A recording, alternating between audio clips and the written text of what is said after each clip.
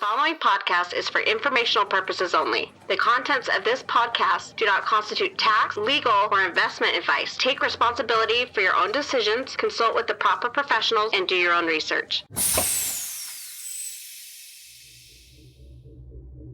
I don't feel like I'm sacrificing that at all, because I think there's enough opportunity in the space to focus on, building sustainable businesses that will provide for you and your family, but also to be able to direct some of that opportunity to other people.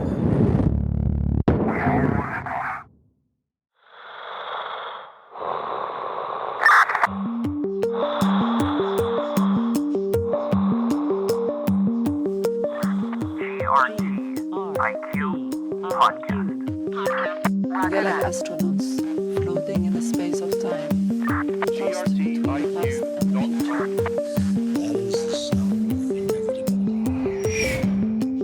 Welcome to the GRTIQ podcast. Today I'm speaking with Alejandro Machado, product manager at Bitrefill. When I was introduced to Alejandro, I was told that he's someone who has a unique perspective on crypto and its potential impact on the world, as well as someone who is actually working on solutions to make it happen. Alejandro is co-founder at the Open Money Initiative, an organization dedicated to researching perception, product, and policy related to digital money, and he recently joined the team at Bitrefill, the world's largest crypto-only e-commerce site. During our discussion, you will hear how Alejandro left career opportunities in Web 2 to pursue his passions in Web 3. We also discuss his passion for making a difference in his home country of Venezuela, his vision for how digital currency can impact the world, and how Bitrefill is making it possible to use crypto for everyday living, from making purchases at Amazon to paying your credit card. As always, I started the discussion with Alejandro by asking about his background. Sure. So I graduated in computer science at Universidad Simón Bolívar, that is a university in Caracas, Venezuela. And I then studied human-computer interaction at Carnegie Mellon. I did my master's over there. For work, I have worked at Spotify. I have worked at startups in Silicon Valley and Berlin. I have consulted with crypto companies like Open Zeppelin. I co-founded the Open Money Initiative, did some work with Value as well. And right now I am working on Bitrefill. I want to break down a little bit of how you got involved in crypto in the first place. And I ask that because you come off, as I did some research on you, as somebody who probably could have done a lot of things in their career, and yet you decided to get involved in crypto and pursue a career in this. What was the draw for you? Yeah, so I think, first of all, I am Venezuelan, right? And I grew up there. I spent most of my life there. And I really care about the country. I care about, my family is from there. Culturally, I feel very Venezuelan and very Latin American. And I think that we have a lack of opportunity in our continent, in our culture, in our region of the world, that I feel somehow responsible for helping create more opportunity. And I have been always drawn to the possibility of remote work. And for example, it's true that I could have gotten opportunities to work at the big companies like Google, Apple, Facebook, etc. But I have never really prioritized a career, like a traditional career. I think what I have always strived for is maximizing my freedom and my ability to live and work from Latin America, or, from the places that I want to be at. Sometimes I visit family in Europe, sometimes I visit family in the US, and I want to be able to move around and to do business in every place. And before the pandemic, it wasn't really possible to have kind of a traditional tech career in the big companies. They required you to be at the office, and that never sat well with me, I guess. So I started going around and consulting, actually, first, not for crypto companies, but then I became interested in cryptocurrency when Maduro, who is the dictator of Venezuela, launched the Petro, the so-called cryptocurrency, right? But it isn't a cryptocurrency. It's just a database that ties every Venezuelan citizen's national ID number to a balance in a fictitious, currency, you can call it, or asset. And this is something that didn't sit well with me either. It's something that I thought, well, this can go really badly if implemented in full. Like I I was thinking that if Venezuelans are forced to use an asset that is completely controlled by the government without any intermediaries, that would be a very bad thing. Right now, of course, as we know, the Venezuelan bolivar is the national currency of the Venezuela, of the country, but people have access to it through the banks. And there's many commercial banks in Venezuela that are private and that do a decent job at maintaining privacy and maintaining control over your money and so on, which there's guarantees that you don't have in a system where the government is the direct controller of the money, which is not what we have today in any country, but it's something that I'm constantly watching out for. I have seen some efforts, by the Chinese government to do something like this. And of course, they're much more adept at doing this. And I don't know enough about the recent development of that in particular, but I am watchful of these events. And it's something that I think drew me to crypto. I was interested in it from earlier because I have a very good Argentinian friend who is the co-founder of Open Zeppelin, Demi Brenner. And he, got me to read The Sovereign Individual and got me thinking a little bit more about my political leanings, introduced me a little bit to libertarianism, which I don't fully identify with, but I think it comes with very valuable perspectives. And I think that happened like maybe in 2016 or so. And then in 2017, Maduro launched the Petro. And I was like, okay, I want to do something that is kind of a counterbalance to this because I'm not willing to accept that this is going to be our future. Even though the Petro ended up kind of flip-flopping, nothing really came out of it. It's still being used in some capacity, but it's not super relevant to Venezuelans' everyday lives. So yeah, I think in the case of my country, there's always a battle between incompetence and evil, right? And in this case, incompetence won the battle. So, we ended up with a not so bad solution. Well, Alejandro, you're the first guest that's joined the GRTIQ podcast from Venezuela, and I really appreciate you coming on here. And I'm really excited to talk about all the different projects you've worked on. I want to do some context setting, however, for listeners that may not fully understand or appreciate some of the things you mentioned there about living in Venezuela and some of the challenges the people face there. So can you just kind of set the context of why something like cryptocurrency and your passion to improve the lives of your countrymen is important to you and some of the needs there?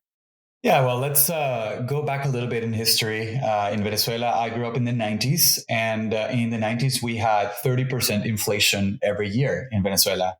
You think 10% is bad in the US now, but imagine having 30% year over year over year over year.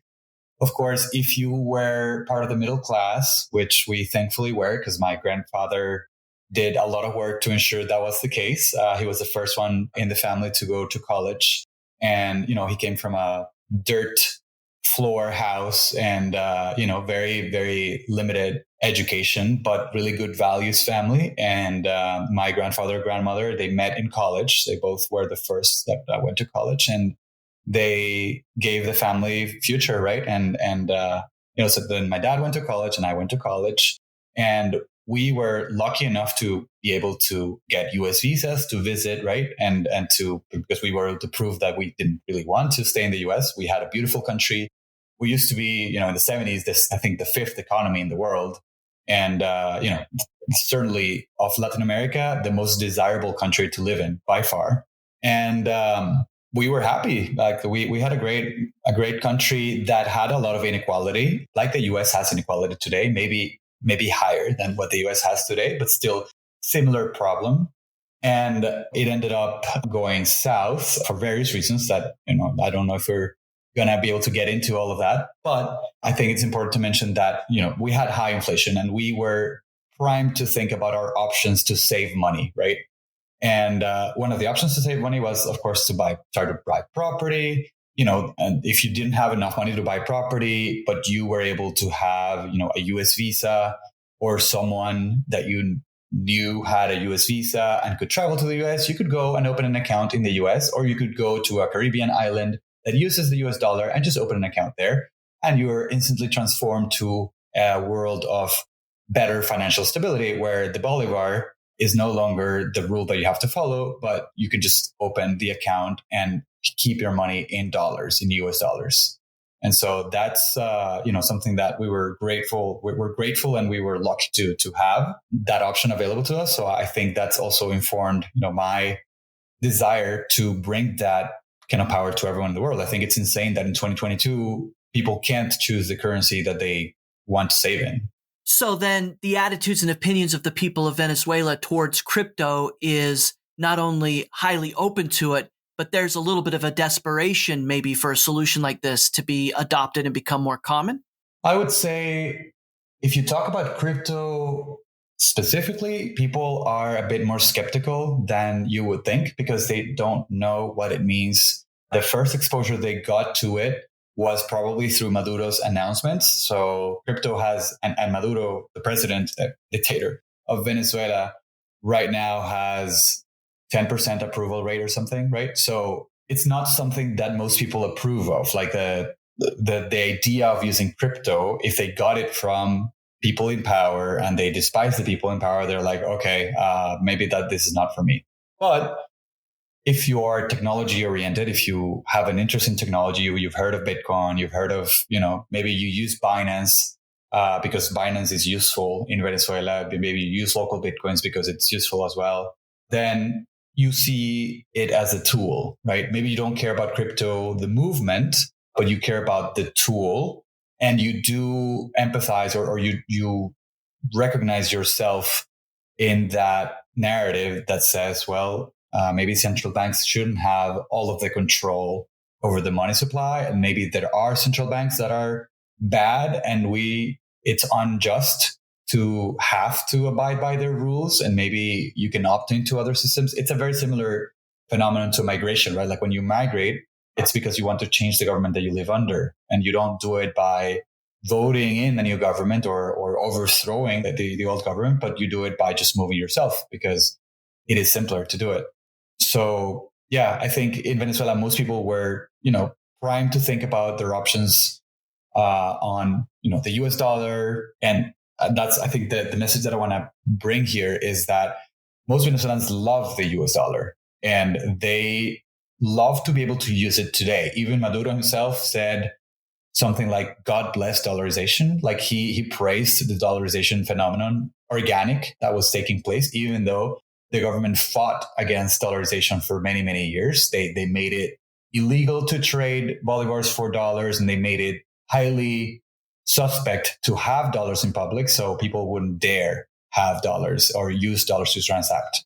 But then, there's a lot of funny or fun stories here that we could dive into. But over the years, and especially in the year 2019, Venezuela faced from being a country of primarily using the Bolivar and using electronic payment systems because, we had pretty advanced or pretty widespread electronic payments in Bolivars in the country because a lot of the population is banked. Again, remember, fifth economy in the world, we were wealthy-ish country.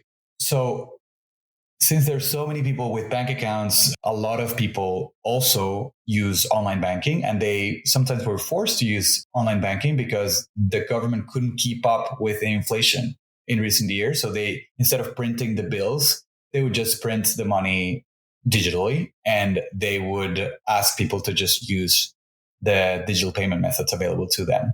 But then in 2019, they transitioned, or we as a country transitioned from being mandated to use the Bolivar to organically using the dollar in commerce informally.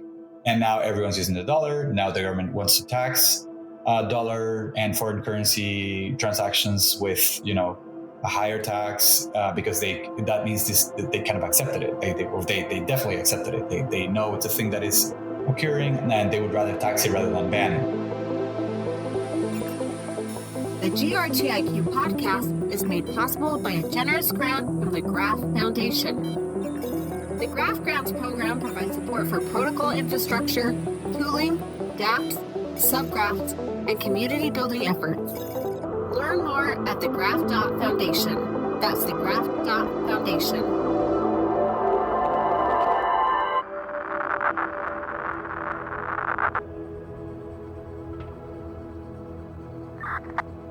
Hi, this is GRTIQ. Thank you for listening to this podcast and for supporting this project. especially those of you who have taken the time to leave a review, rate the podcast, or share an episode on social media.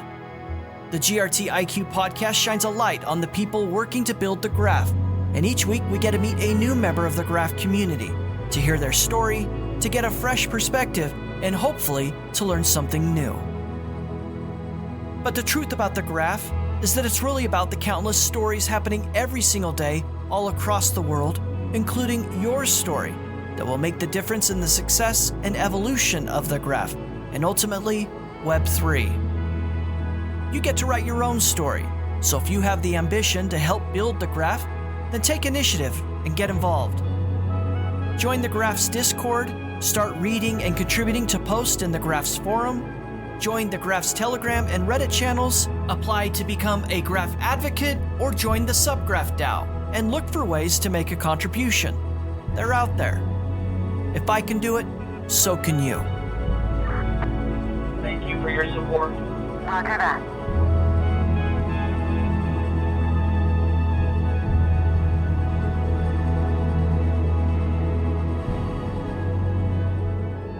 You've written a lot on this topic, and I was reading through some of those articles, and in one in particular stuck out to me, and this idea that a lot of folks in your region of the world are attracted to the US dollar, but the way they use and save and hold that dollar is probably different than a lot of people might envision. So what I mean by that is, in one of the articles you mentioned that large payments are typically made in cash. People are not putting these dollars in banks. They're holding it in their homes or wherever. So there's a lot of security risk, and it's a totally different approach to the use of the US dollar as these economies adopt the dollar. If I kind of summarize that correctly? Yeah, there's also FDIC insurance, which is a big deal, right? Like you're insured up to $250,000 in your bank account, which is most money that most people will have. Yeah, I think there's a lot there.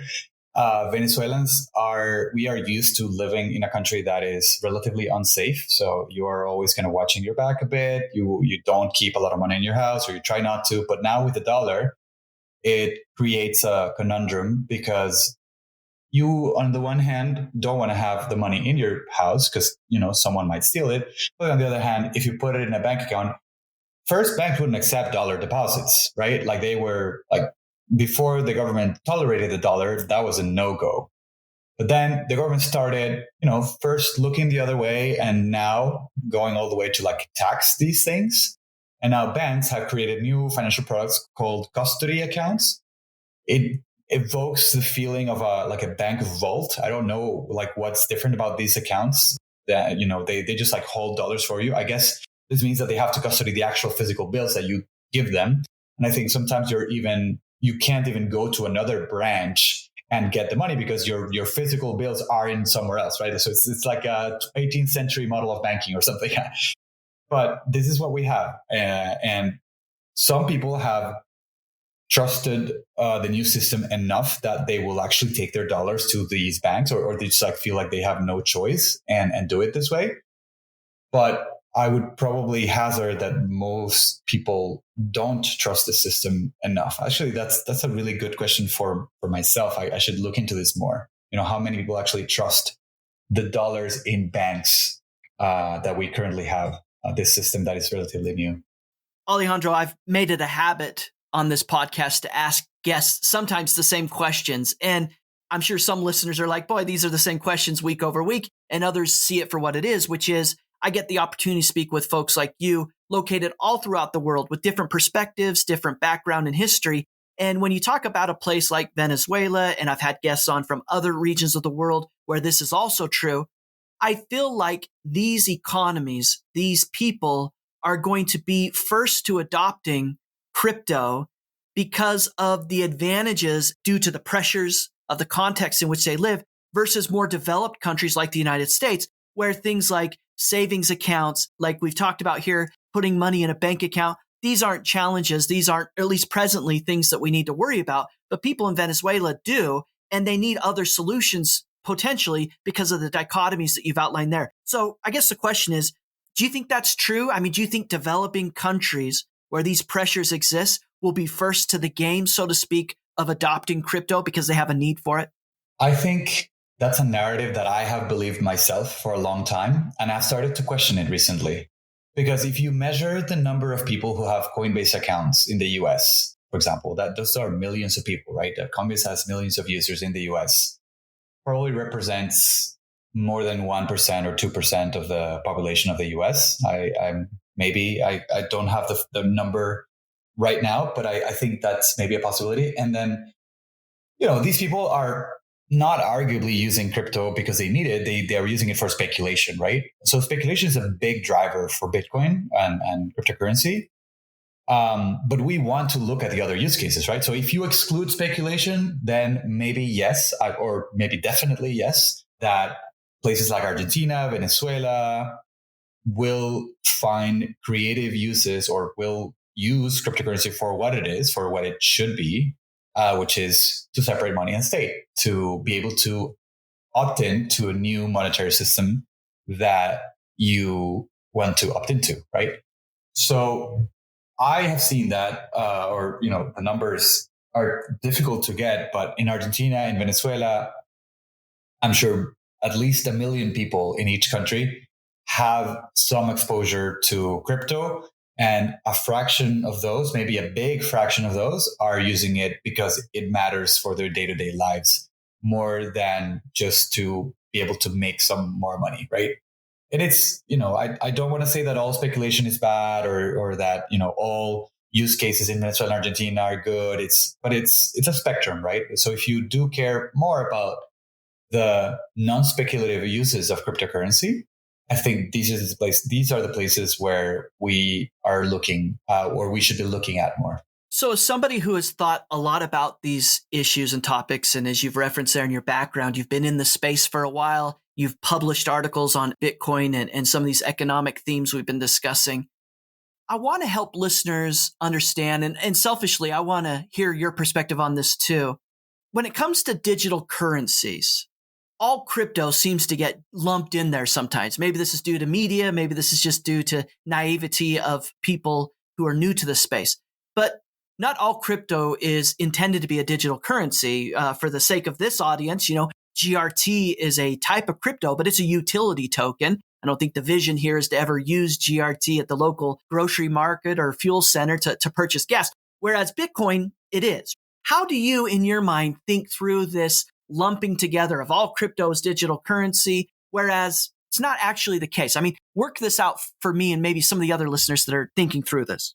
I think part of the issue is that crypto is so new. We do want to lump it together, or like maybe, people who aren't that much into it, they need to create a new mental model for it, right? And, all of this digital currency, they want to put it in the same space, but it's really not, as you point out. If GRT is never, we don't try to use it at the grocery store, then that'll never happen, right? Like the technology is not what determines the future on its own. It doesn't have its own, like you need humans driving the technology and humans trying to get the technology adopted and humans choosing to use the technology in order for it to be useful, right?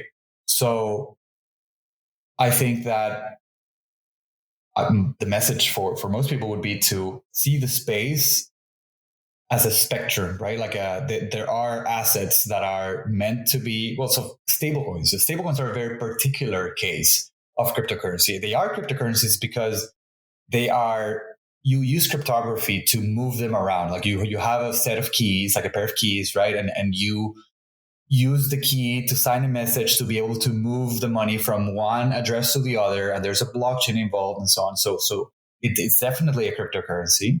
And it's an open network, right? In the case of USDC, USDT, DAI, you use an open network to process the transaction, right?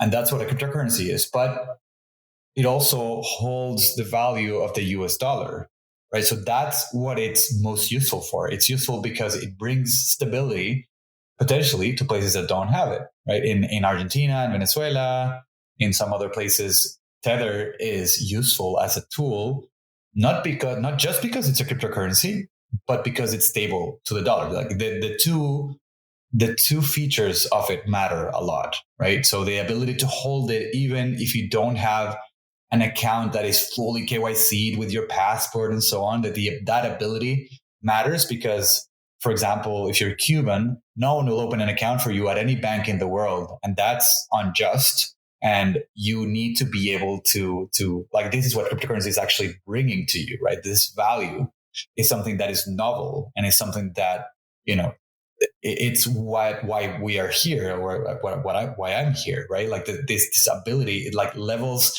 the rights of people in such a way that banks never did, right? Because banks never really fought AML regulation, which is, the underlying cause of an AML or, sanctions, evasion, and so on, right? It's not, the financial institutions that we have had so far have not done a good job at guaranteeing people's rights. And as a movement, we can do better. And it's not only about the technology. The technology certainly helps us move the needle in that direction, but regulation can also move the needle the other way, right? And we need to be able to explain to regulators, because at the end of the day, we need to deal with governments, and we are a government, right? Like we need to be able to govern ourselves, and this human governance, right?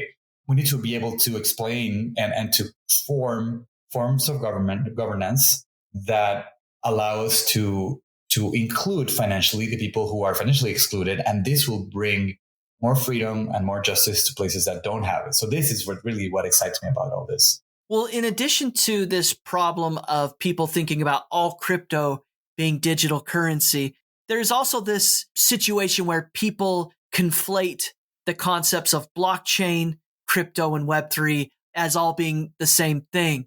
I'm curious how you work around that, and maybe when you're speaking to family or friends, how you help them understand the difference here. Yeah, this is great. A lot of my family is confused about this, and friends that are not into crypto. Well, you noticed I just said crypto, right? Like I say I'm in crypto because I like the word. I think it has an OG feel to it, and it's a reference to cryptography, right? And the cryptography is maybe the fundamental building block. It's certainly a building block, but it is, I think, fundamental for what we're doing. So I love that word just because of that.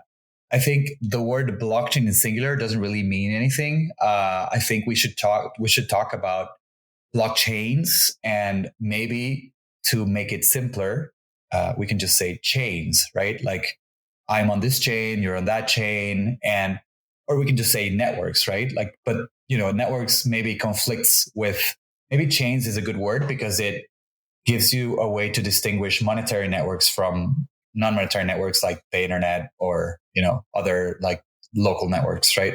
So that's the way I try to like talk to people about it, so they mimic me, and I hopefully will get it to be mainstream. And Web3, I think it's about owning the content that is produced today in Web2. So if you think about, content generation by users, take that idea, but add ownership to it. And that's Web3. When going back through some of the things you've written a lot about Venezuela. You've written a lot about how digital assets can impact people in resource-constrained world. But a lot of times you're focusing on Bitcoin. It's not the only thing you discuss, but there's a lot of Bitcoin in your writing. And I'm just curious if you're, Bitcoin maxi, or how you build context around all the other projects in the space. Yeah, well, so much as I don't identify as a libertarian, I also don't think I identify as a Bitcoin maxi.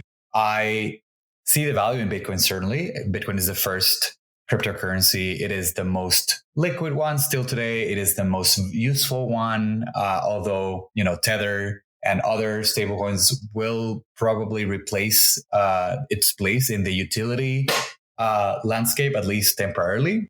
I do believe there's a case to be made for Bitcoin is a very good attempt at separating money and state, and that includes the money issuance power of the state. And that is a very interesting idea to me.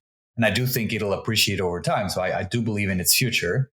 I just think that there are other projects and assets that are also interesting, and networks that are also interesting, because open permissionless networks are the future. I strongly believe that. And I think that we shouldn't limit ourselves to one asset. Also not an ETH maxi. Like I have dabbled in Ethereum. I have done some smart contract work, but I think that we can still do better and evolve these systems. I also believe in, evolving and improving Ethereum, evolving and improving other systems that are open. But I think that's what we should be measuring, is actually how credibly neutral, to like put it in Vitalik's words, how credibly neutral are these platforms, and how can we make more of them if we can make more credibly neutral ones, because we might need more than one, right? So let's talk more about that then, and the projects that you represent here today. And you mentioned in your introduction there that you are the founder and launched a project called the Open Money Initiative. It addresses some of the things you mentioned there about helping those that are resource constrained, getting access, and creating more equality in the world. But for listeners that aren't familiar with it, what's the overview and mission of the Open Money Initiative? So we are a small like design research firm, and we have so far only done one project, really. So we fundraised for this project. We got some support from cryptocurrency firms like the Electric Coin Company, like Cosmos, ICB. We got some funding from local Bitcoins and other entities. Human Rights Foundation also helped us. So the intent was to find out, it wasn't to develop new technology. It wasn't to become a startup that would be used by millions of users. The intent was to find out how people were using money in Venezuela and to send money to and from Venezuela in particular, because this narrative that you just brought up, the idea that people will use cryptocurrency for non-speculative use cases more in places like Venezuela and Argentina, we wanted to see, well, is that really true? Is that really happening, right? So that's what we set out to do. And we found that, yes, a very small number of Venezuelans are using Bitcoin for in creative ways and for purposes that are very similar to what we imagine, right? So evading capital controls, or being able to send money to a place where the banks aren't very well connected, right? In Venezuela, because of first local government policy that didn't enable banks to transfer dollars abroad, and then because of sanctions and sanctions fear and sanctions contagion effect, then now Venezuela is a very isolated economy and isolated financial system. So now it's very difficult to send money to Venezuela. But guess what? You can do it with Bitcoin. You can do it with Tether. And it is a lot easier to do it that way. So this was back in 2019. And we sketched out a few templates, a few prototypes of projects, of products that could help us or could help Venezuelans get further into this place where they have more of their rights respected, right? Like we believe in the Open Money Initiative that everyone deserves access to a free and open financial system, free as in freedom, right?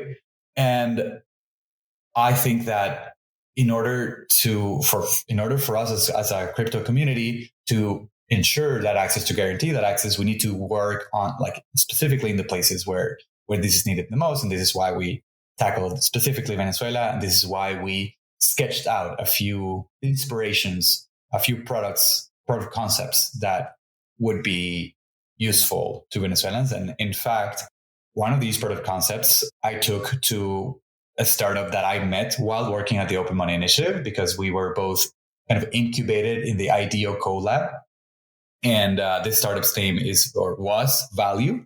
Value had an app that allowed Venezuelans in Colombia to remit money back to Venezuela, back home, right? So they had Colombian pesos, they earned Colombian pesos. They could take it to a payment drop-off location. Most of them dealt with cash, right?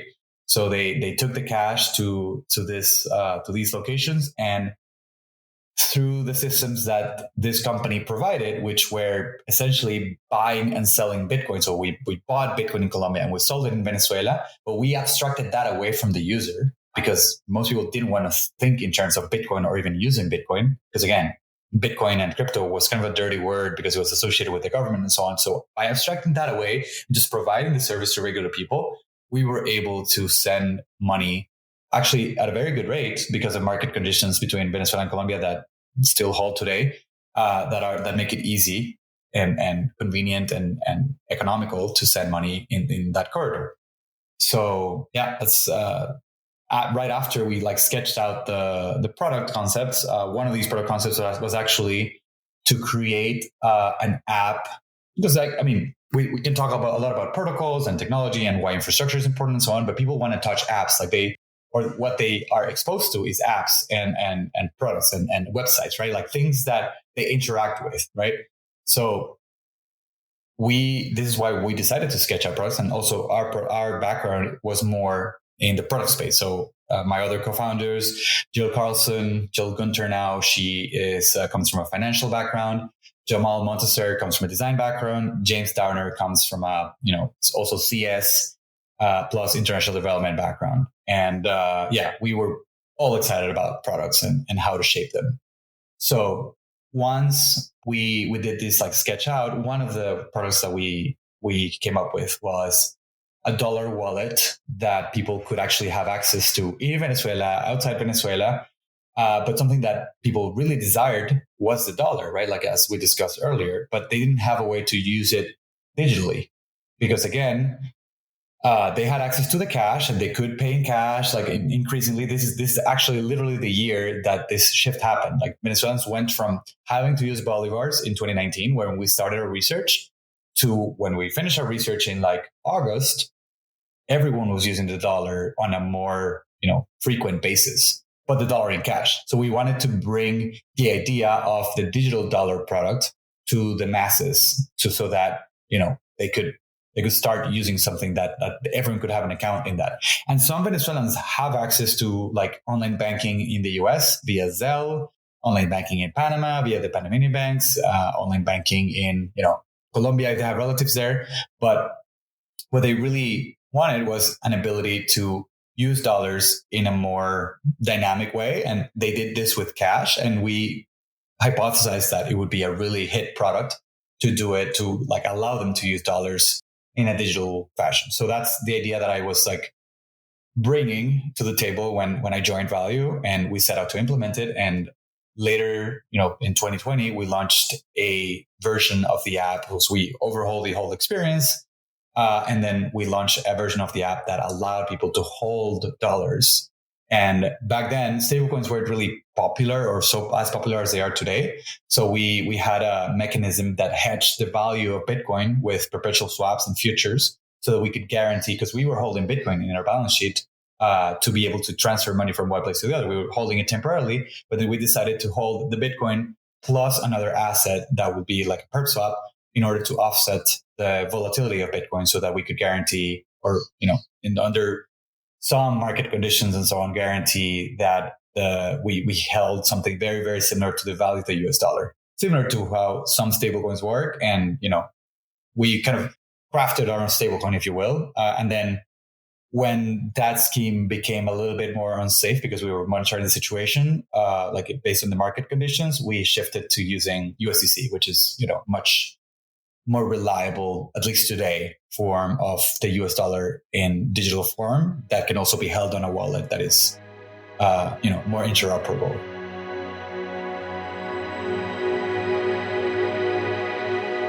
Hi, this is Alejandro Machado with Bitrefill. If my conversation with the GRTIQ podcast has been helpful to you, then please consider supporting future episodes by becoming a subscriber.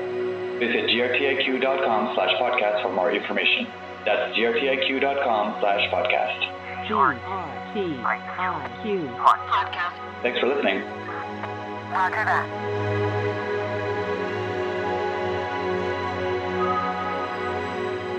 So I want to encourage listeners that want to learn more about the Open Money Initiative. You can find it online. You can go to openmoneyinitiative.org. And I'm interested a little bit in Value. And of course, we're here to talk today about Bitrefill, which is super exciting. But maybe before we shift our attention, what's the kind of current state of Value? What happened there in that story?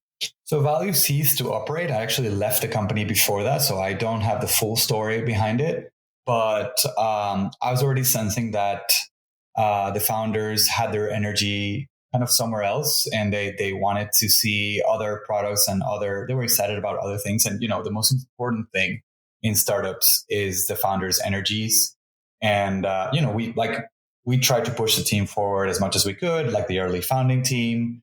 But, eventually these things are really hard problems that you have to work on for 10 years or so in order to actually get something out of it. So I think, unfortunately, Value decided to cease to operate. It was actually a very complicated decision, I'm sure. I don't think it was taken lightly. There are things that I may not know about that, factored in the decision, but in general, it's difficult to operate in the Venezuela space, and it requires a lot of energy. And if you don't have the energy to work on that specific problem, or if you don't have the drive, the passion, it's best that you shift your attention elsewhere. And I think that's what happened. So in addition to the Open Money Initiative, you're currently working also on Bitrefill. What can you tell listeners in terms of overview and what you're doing at Bitrefill? Sure. Yeah. So I am really excited about Bitrefill. It is the world's largest site to purchase things with cryptocurrency. So you can go on Bitrefill and you can buy a gift card from the brands that you know and love. You can buy a phone top up from another country. For example, before I worked here at Bitrefill, I used to send phone top ups to my cousin who still lives in Caracas. And the experience was always magical. It was so good to be able to just pick, I just typed her number on the Bitrefill interface and paid with Bitcoin.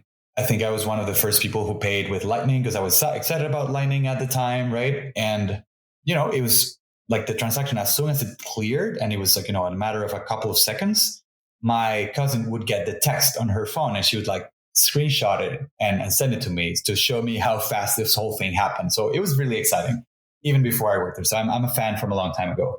And this company has been around. It's been around since 2015. I met the founders, or the main founder, Sergey, on Twitter. And then I met the other two founders, who are all great people that I love to work with.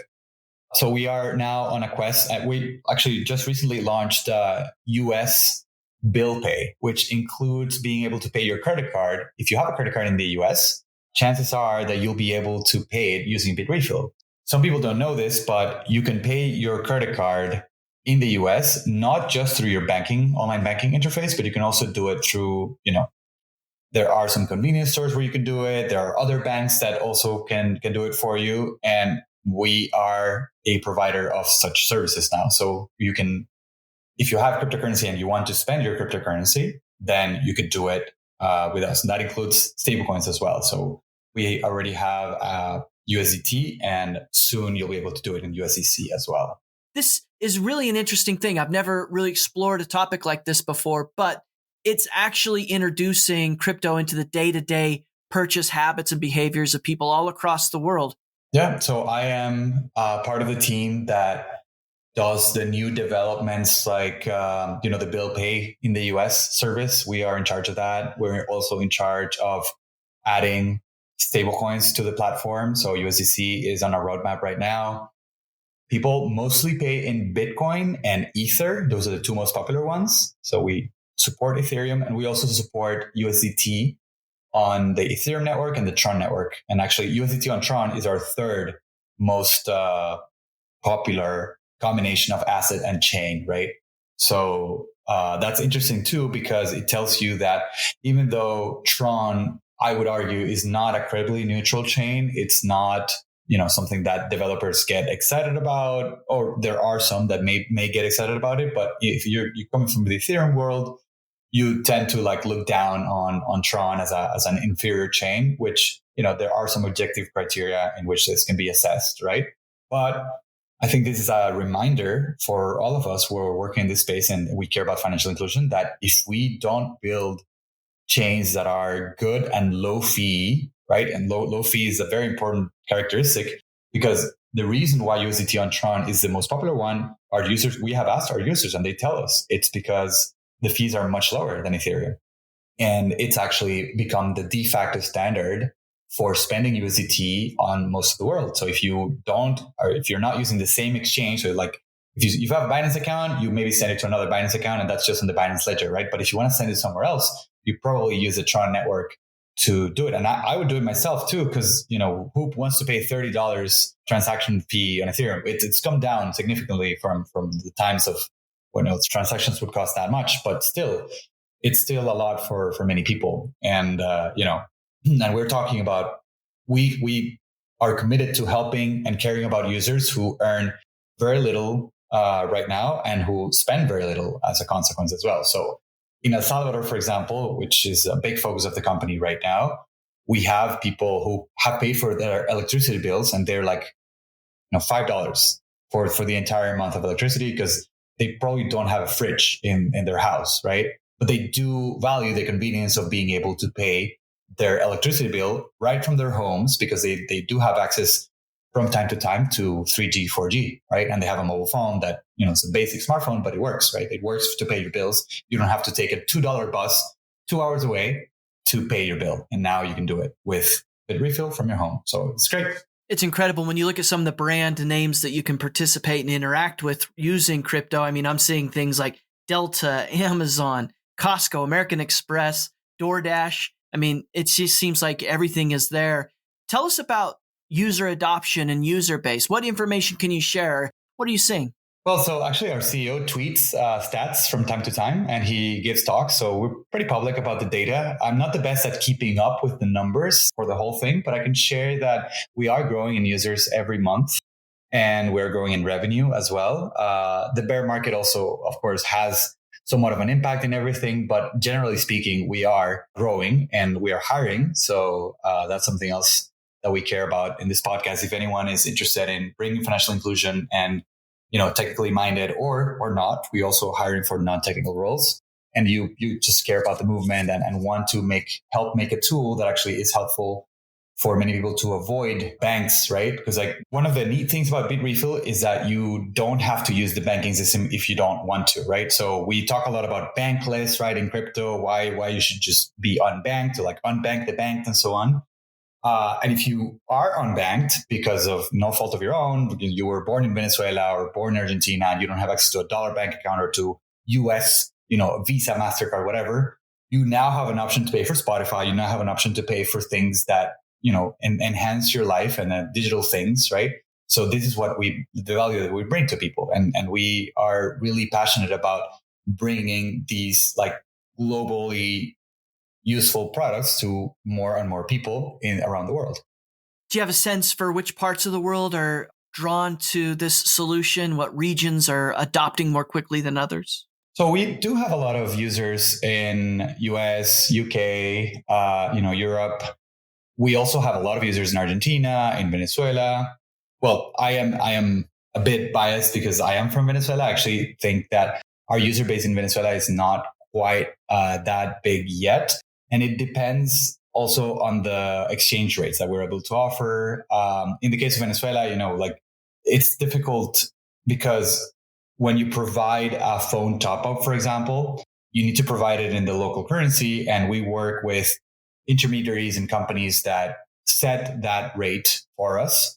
And we're actually end up subsidizing many of the top ups that we have for countries like Venezuela. So right now, we actually don't want to grow too much in Venezuela because that means we lose more money. But we do want to encourage people, if they find it extremely useful, to check it out and to use it. And then if we get a lot of traction in a country and we're losing money in that country, definitely we want to see how we can make it happen, how we can win-win, make money and actually, help the people there. So this is currently, I think, the situation in places like Argentina.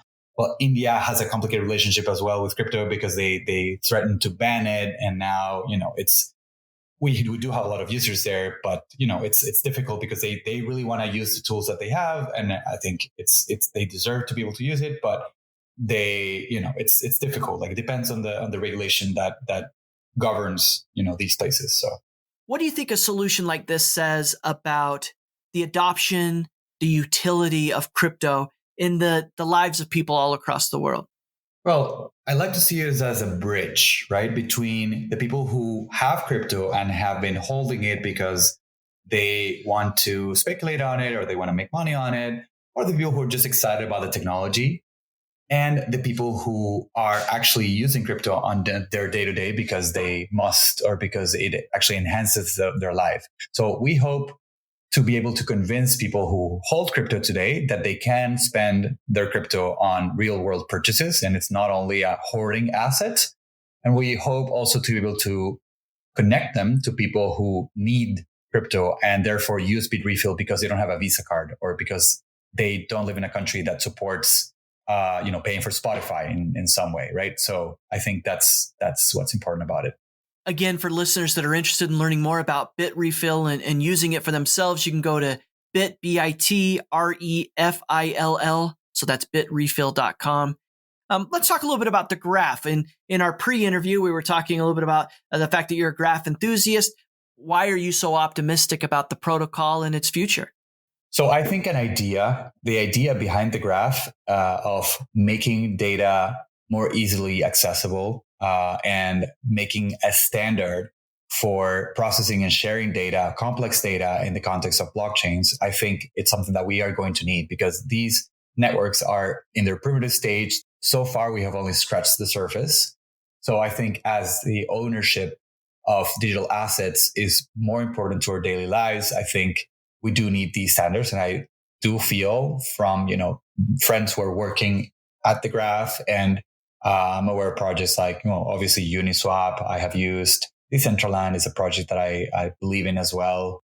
Alejandro, I want to ask you just two final questions before I ask you the GRT IQ 10. The first one is, why is your focus so much about helping people in places like Venezuela when, as you talked about your background, your grandfather was the first to get college educated, your grandfather and grandmother, then your father, then you kind of reached escape velocity. Some of the issues and concerns from your home in Venezuela, you didn't have to worry about anymore, but yet you've kind of turned your attention back that way. Why?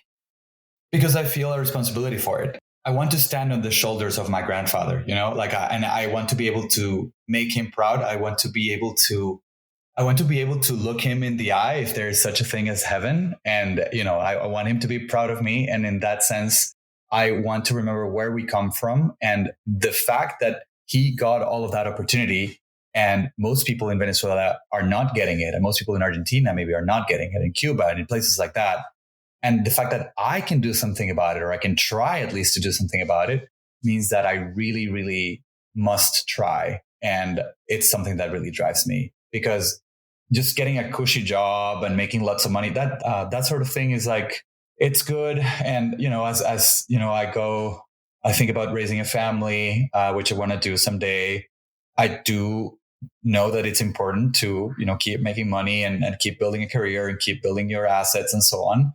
And it's something that I am doing. I don't feel like I'm sacrificing that at all, because I think there's enough opportunity in the space to focus on, building sustainable businesses that will provide for you and your family, but also to be able to direct some of that opportunity to other people. And then the last question is, what do you want your grandchildren to know about your legacy, what you left, what your mark is?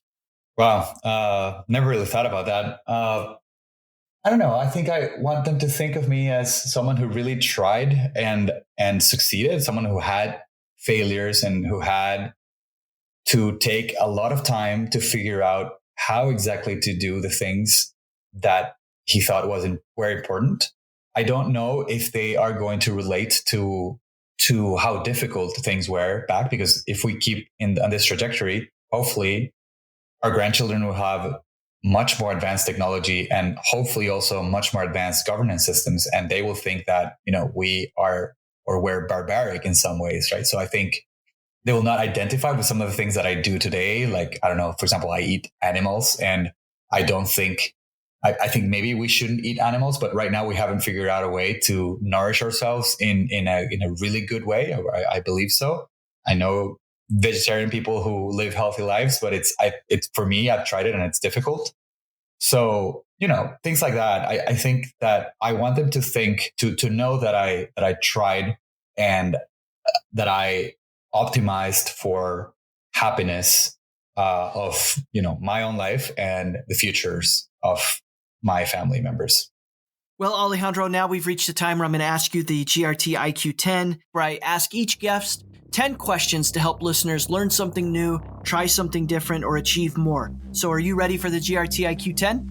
I'm ready. Hit me. The GRT IQ 10. This is the way. 10 questions for astronauts floating in space. What book or articles had the most impact on your life? There's a book called Se llamaba SN, and in English it means it's called SN, and SN refers to national security, Seguridad Nacional, which was the name of the secret police of a dictator that Venezuela used to have. It was a right-wing dictator, not like Maduro, but the other wing, but still a dictator, that actually he is praised by some people in the Venezuela like space today because he got shit done, right? Like he built highways, he built buildings, he built like infrastructure, but he was also ruthless with his opponents and, you know, had torture chambers and stuff. This is in the 20th century where all these horrors were commonplace or you know, were more commonplace than they are today. And I just want to remember that because I read it in college and it made a deep impact on me. Like the fact that systems can turn to be so evil, even if they bring prosperity in some ways. I always want to remember that it's good to stay humble and it's good to stay.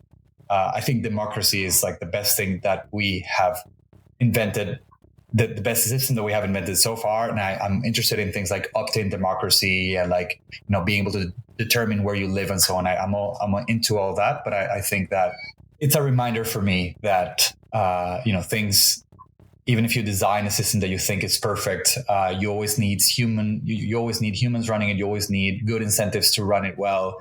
And you must not be tempted by the extremes, right? Is there a movie or a TV show that you think people should be required to watch? I love Interstellar. I love how hopeful it is. I love the message that it gives. I love how well made it is. It's just a masterpiece. If you could only listen to one music album for the rest of your life, which one would you choose? I love Caravelle by Polo and Pan. I love the duo. It's such good music. What's the best advice someone's ever given to you? Fear is the mind killer. What's one thing you've learned in your life that you don't think other people know yet? I think it's better to be hated than to be ignored. I think most people are afraid of being hated, but I think you should be more afraid of not making an impact in the world. What's the best life hack you've discovered for yourself? I have discovered to block time for myself. So just like a calendar slot, like I used to book a meeting, I can book time with myself to, you know, do something work related or do something, you know, take a walk or, you know, be with my family. And I think, and you can shut off all notifications and like just put your phone in airplane mode. I think we need these like moments of peace in our lives as well. Based on your own life experiences and observations, what's the one habit that you think best explains people finding success in life? I think it's about the abundance mindset. I think so many people, and I think I include myself because I don't think any one of us really practices abundance mindset to the fullest. I think we're all fearful of scarcity because of the way we evolved and the way that we were brought up in some ways. Like, you know, like I think even wealthy people have this where they have more of an abundance mindset and that gives them an advantage in life, but maybe they're afraid of losing what they have. So I think we always have to remember that there's always the room to grow the pie, and we can keep striving for greatness, and we can keep building a sustainable future. And then the final three questions, Alejandro, are complete the sentence type questions. So the first one is, the thing that most excites me about Web3 is? The potential for true digital democracies. The second one, if you're on Twitter, then you should be following Zigamon, which is Sergey Kotlyar. He's the CEO of Bitrefill. And I'm not just saying that because he's my boss. I think he's great. He has great tweets. And lastly, complete the sentence, I'm happiest when? I help defend a just cause. The GRT IQ 10. After this, I show you how deep the rabbit hole. Alejandro, thank you so much for your time. You've been very generous. If people want to learn more about you or the work you're doing at Bitrefill or at the Open Money Initiative, what's the best way to do it? So you can look for my Twitter handle. It's only 5 letters. It's ALEGW. This has been a production of the GRT IQ podcast. For more information, including detailed show notes, visit grtiq.com/podcast. That's grtiq.com/podcast. Please consider contributing to this project and helping build the community by subscribing and leaving a review. GRT IQ Podcast. Roger that.